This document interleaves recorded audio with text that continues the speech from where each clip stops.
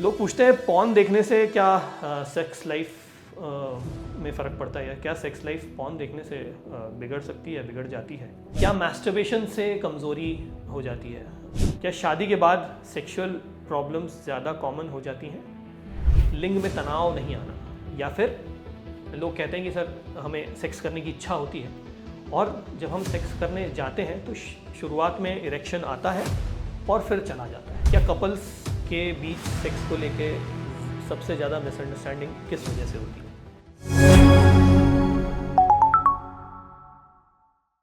Hello everyone, this is Dr. Mathur.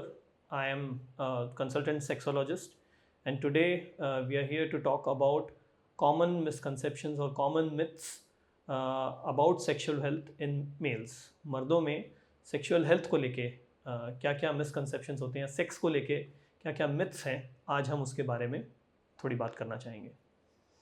तो पहले आमतौर पे लोग सवाल पूछते हैं कि डॉक्टर साहब क्या साइज़ रियली मैटर करता है, डज साइज़ रियली मैटर, और या फिर ये सिर्फ एक मिथ है।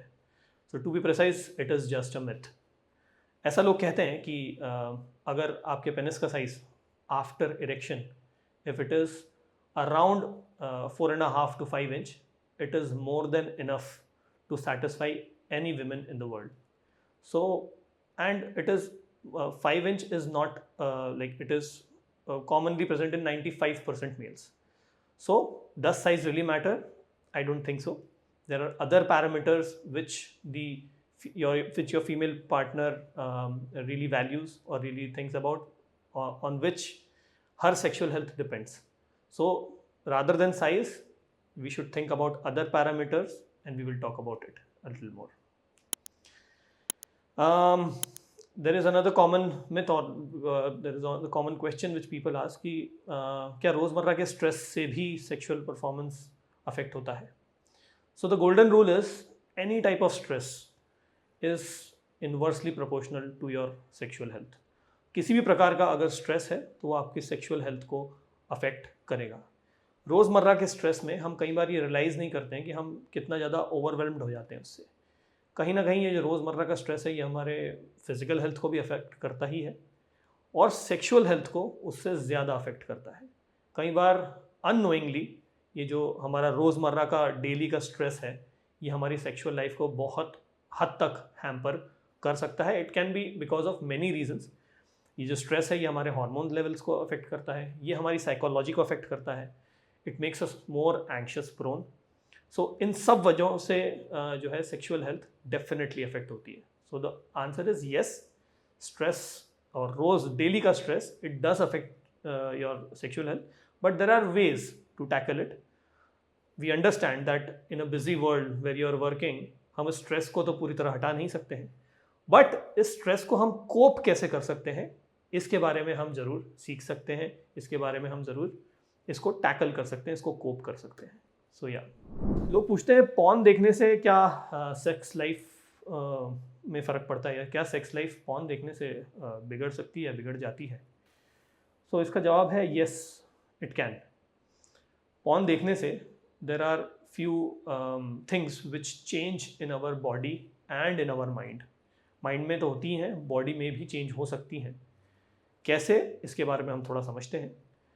पॉर्न एक तो हम जब देखते हैं, आज के ज़माने में पॉर्न इज़ रियली एक्सेसिबल। आज की तारीख में हर किसी के पास मोबाइल फ़ोन है और हर कोई पॉर्न को ईजीली एक्सेस कर पा रहा है। इस वजह से एक तो होता यह है कि जब यंग एज में लोग पॉर्न देखने लगते हैं तो उनका रियल लाइफ से थोड़ा सा, सेक्सुअल लाइफ से थोड़ा सा डिस्कनेक्ट होता है। Their expectation is unreally set. उनकी जो एक्सपेक्टेशन अपनी सेक्स लाइफ से या अपने पार्टनर से जो होनी चाहिए, दैट इज़ नॉट प्रैक्टिकल। क्योंकि पॉर्न में जो दिखाते हैं, not all what you see is true, not all what you see is directly there. इसको एडिट किया जाता है, इसको बहुत तरीके से इसको चेंज किया जाता है।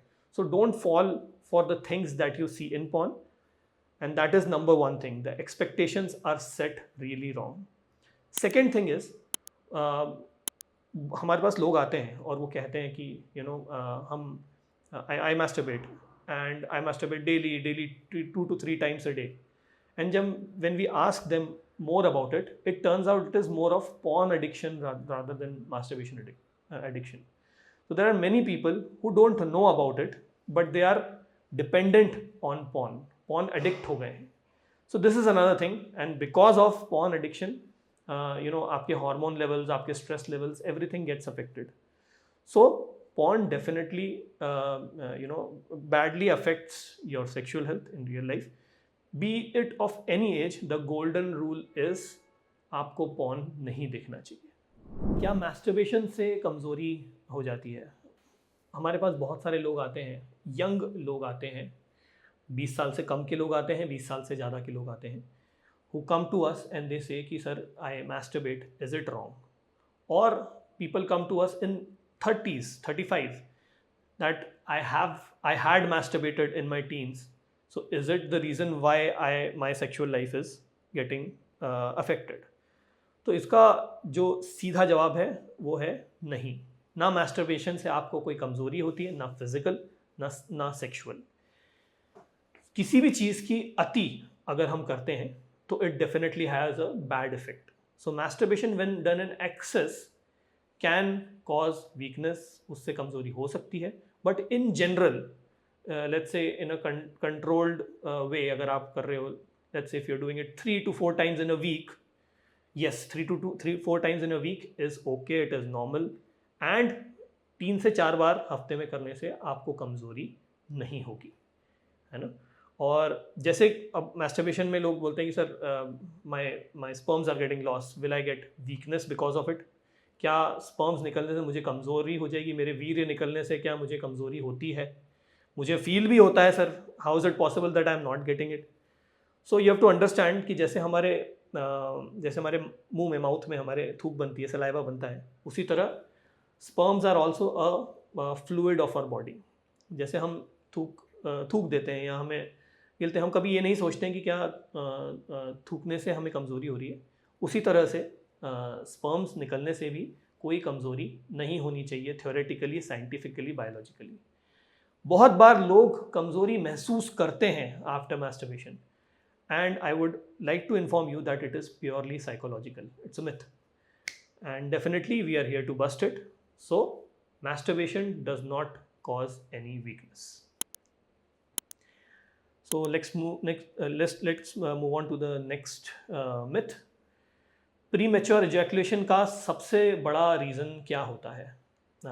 People come to us, लोग हमारे पास आते हैं और कहते हैं कि sir my timing is less. मैं जब सेक्स करता हूँ अपने पार्टनर के साथ में तो मैं ज़्यादा समय तक परफॉर्म नहीं कर पाता हूँ. तो उसका सबसे बड़ा reason, there are 3 major reasons which I can clearly point out. First is stress या एंग्जाइटी या किसी भी प्रकार की मेंटल इलनेस. अगर आप तनाव में हैं, अगर आप एंग्शियस प्रोन हैं, अगर आपको बहुत एंग्जाइटी होती है, तो बाय डिफ़ॉल्ट हार्मोन्स कुछ ऐसा प्ले करते हैं कि आपका जो सेक्सुअल परफॉर्मेंस में जो टाइमिंग है वो थोड़ा कम हो जाएगा. Second reason is lifestyle issues. तो अगर आप, if you follow an unhealthy lifestyle, if you have gained a lot of weight recently, if you take alcohol, अगर आप शराब पीते हैं या अगर आप स्मोक करते हैं या आप तंबाकू खाते हैं, तो वो डायरेक्टली आपके सेक्सुअल टाइमिंग को अफेक्ट कर सकता है. और थर्ड इम्पॉर्टेंट रीज़न है, it could be biological, it could be hormonal. कई बार लोगों को डायबिटीज़ की वजह से, कई लोगों को थायराइड की वजह से, कई लोगों को हार्मोन की वजह से, किसी शरीर में किसी बायोलॉजिकल कारण की वजह से कमज़ोरी या ये टाइमिंग के इश्यूज़ होते हैं, जिसको हम प्रीमैच्योर इजैकुलेशन कहते हैं. So these are the 3 major reasons which can cause premature ejaculation or are the direct or indirect reasons for premature ejaculation. क्या शादी के बाद सेक्सुअल प्रॉब्लम्स ज़्यादा कॉमन हो जाती हैं? ऐसा बिल्कुल नहीं है. शादी के बाद बहुत सारे लोग हमारे पास आते हैं and they say that they experience sexual problems in the initial part of their marriage. जब भी हम फर्स्ट टाइम जब सेक्स में अप्रोच करते हैं, बहुत सारे लोग हमारे देश में, हमारे यहाँ पे ऐसे हैं जो who have sex when after they get married. So whenever you approach sex for the first time, तो वो नॉवेल्टी रहती है, नयापन रहता है, और उसमें उस चीज़ को सीखना, अपने पार्टनर की ज़रूरतों को समझना, खुद के शरीर को समझना ये बहुत इम्पॉर्टेंट है और ये इसमें थोड़ा टाइम लगता है ना। सो शादी के बाद I would say initially 2 to 3 months लोगों को लगते हैं अपने पार्टनर और खुद के बॉडी को समझने के लिए, और sex is a mutual thing, ये दो लोगों की अंडरस्टैंडिंग से होता है, और इसमें आपको अपनी ज़रूरत और पार्टनर की ज़रूरत दोनों को समझना बहुत ज़रूरी है। तो शादी के बाद में ये चीज़ थोड़ी चेंज होती है, जिसको बिठाने में, जिसको समझने में लोगों को थोड़ा टाइम लगता है। अदरवाइज़ शादी के बाद में सेक्सुअल परफॉर्मेंस कम होने का कोई रीज़न नहीं है। आप जितना सेक्स करेंगे शादी के बाद में, जितना उसको प्रैक्टिस करेंगे, उतना आपकी सेक्सुअल लाइफ और बेटर होगी। इरेक्टाइल डिस्फंक्शन के पेशेंट सबसे ज़्यादा किस एज ग्रुप के होते हैं? सो इरेक्टाइल डिस्फंक्शन पहले हम समझ लेते हैं। इरेक्टाइल डिस्फंक्शन मतलब लिंग में तनाव नहीं आना, या फिर लोग कहते हैं कि सर हमें सेक्स करने की इच्छा होती है, और जब हम सेक्स करने जाते हैं तो शुरुआत में इरेक्शन आता है और फिर चला जाता है, या फिर इरेक्शन उतना तीव्र नहीं आता है, जितना अच्छे से नहीं आता है जितना पहले आया करता था, या फिर शुरुआत में आता है और फिर चला जाता है। तो this is a typical definition of what erectile dysfunction is. ये किस एज ग्रुप में होता है? आजकल ये सब एज ग्रुप में हो रहा है। मतलब आप हमारे पास यंग लोग आज की तारीख में ज़्यादा आ रहे हैं with erectile dysfunction, but traditionally ऐसा नहीं होता था। द गोल्डन रूल इज़, जैसे जैसे आपकी एज बढ़ती है, आपका इरेक्शन का जो इंटेंसिटी है, इट स्लाइटली डिक्रीज समवॉट। तो by the time you attain the age of 50s 60s, people report with erectile dysfunction. But आजकल ये बिल्कुल चेंज हो गया है। आजकल यंग लोगों को इरेक्टाइल डिस्फंक्शन ज़्यादा हो रहा है, जिसका सबसे मेजर रीज़न है स्ट्रेस एंड सब्सटेंस यानी कि शराब या स्मोकिंग या फिर टबैको या फिर कुछ दूसरे ड्रग्स। इन वजहों से आजकल यंग एज ग्रुप के लोग ज़्यादा, उन्हें इरेक्टाइल डिस्फंक्शन की प्रॉब्लम हो रही है। पर इसमें एक अच्छी बात यह है कि यंग एज के लोगों में जब इरेक्टाइल डिस्फंक्शन होता है तो वो पूरी तरह से ठीक हो जाता है, ठीक हो सकता है। जब एज के साथ इरेक्टाइल डिस्फंक्शन के प्रॉब्लम होते हैं तो it is difficult to regain that normal erection that people use to have in the young age. But young age में इरेक्टाइल डिस्फंक्शन होने वाली प्रॉब्लम को पूरी तरह रिवर्स किया जा सकता है। क्या अल्कोहल या स्मोकिंग शॉर्ट टर्म में हमें फ़ायदा करते हैं और लॉन्ग टर्म में सेक्सुअल हेल्थ को ख़राब कर देते हैं? Absolutely yes. सो कुछ लोगों का कहना है कि व्हेन दे टेक अल्कोहल, जब वो शराब पीते हैं तो उनका सेक्सुअल परफॉर्मेंस बढ़ जाता है। या बहुत सारे लोग हैं जो स्मोकिंग के साथ सेक्स को रिलेट करते हैं। Cigarettes after sex is a banned, but it's a common thing which people want to experience, or they have experienced in their life. But it has definitely a negative impact on your sexual health. Alcohol, शराब जब हम पीते हैं तो हमारी sex करने की इच्छा यानी कि सेक्सुअल डिज़ायर तो बढ़ जाता है, पर हमारा सेक्सुअल परफॉर्मेंस डिक्लाइन हो जाता है। हमारा इरेक्शन की इंटेंसिटी कम कर सकता है। और इसमें जो इन जनरल जो हमें ऑर्गेज़म की फीलिंग आती है, जो हमारे इन जनरल परफॉर्मेंस होती है, वो अल्कोहल की वजह से जो है डिक्लाइन होता है, ख़राब होता है। लोगों को एक गलत फहमी होती है कि क्योंकि उनका डिज़ायर बढ़ रहा है, इच्छा बढ़ रही है, इसलिए उनका सेक्सुअल परफॉर्मेंस बढ़ रहा है, पर ऐसा होता नहीं है। Alcohol at all times will cause sexual problems in the long run, definitely yes. in the long run वो आपके लिवर को ख़राब करता है, आपके हार्मोन्स को, लेवल्स को जो है ख़राब करता है, तो it definitely causes problem. Smoking on the other hand, न शॉर्ट टर्म में न लॉन्ग टर्म में किसी प्रकार का कोई फ़ायदा नहीं करती है। स्मोकिंग से डायरेक्टली इरेक्टाइल डिस्फंक्शन होता है।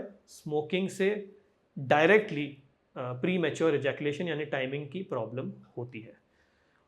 अब दूसरी ड्रग्स की हम बात करें, कोकेन हुआ, हेरोइन हुआ, सब चीज़ से सेक्सुअल परफॉर्मेंस में डिक्लाइन आता है।